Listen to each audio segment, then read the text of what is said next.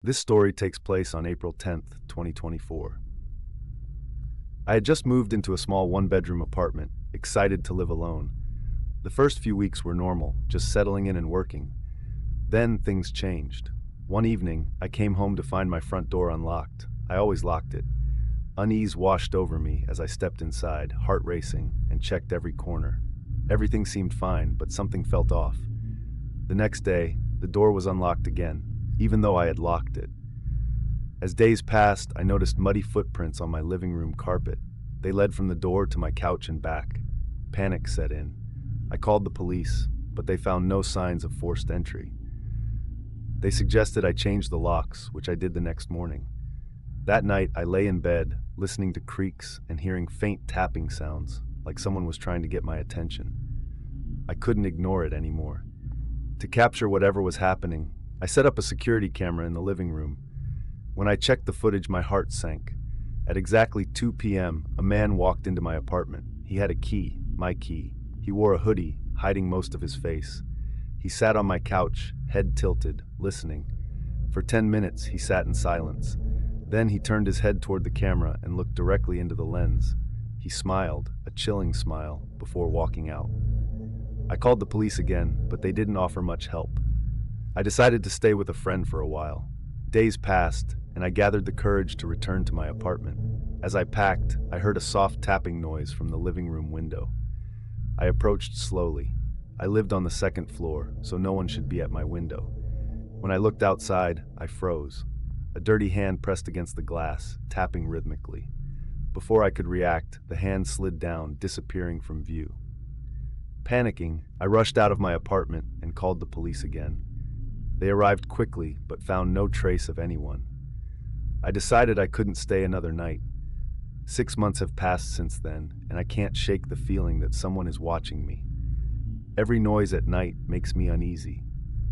I've moved twice since that day, but sometimes I feel like someone is still out there, lurking in the shadows, waiting for the right moment to slip back into my life.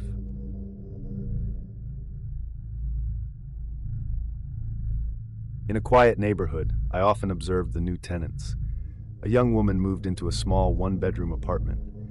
She was busy, rushing in and out, but her routine intrigued me. I noted her schedule. She left for work every morning at the same time and returned late in the evening. Learning her patterns was easy, and I began to plan my next move, feeling excitement build each time I saw her. One afternoon, I decided to pay a visit. I had a spare key I'd obtained months ago. The thrill of entering her space filled me with satisfaction. I approached her apartment, took a deep breath, and turned the key in the lock. The door creaked open, and I stepped inside. Silence enveloped me. I paused, listening for any sounds, but there were none. I walked into the living room, taking in the familiar surroundings, her couch, the pictures on the walls. I felt a rush of power knowing I was there while she was out. I sat on her couch, tilting my head back and closing my eyes. For 10 minutes I waited, unsure of what for, but the stillness was intoxicating. It felt like a movie. Suddenly, I heard a noise. My heart raced as I turned my head toward the camera in the corner. I stared directly into it, grinning. I could feel her watching me from afar, savoring that moment before slipping out of the apartment. Later that night, I saw her post on Facebook about feeling unsettled. She mentioned strange noises and finding her door unlocked, as if I had struck a nerve. I smiled, knowing I had left her on edge. Days passed, and I continued to observe her. She called the police, which I found amusing. They couldn't help her. I was always one step ahead. One afternoon, I noticed her return, and it was time for another visit. I approached her window, careful not to make a sound. I pressed my hand against the glass, tapping softly. The thrill surged through me as I saw her inside, looking around nervously.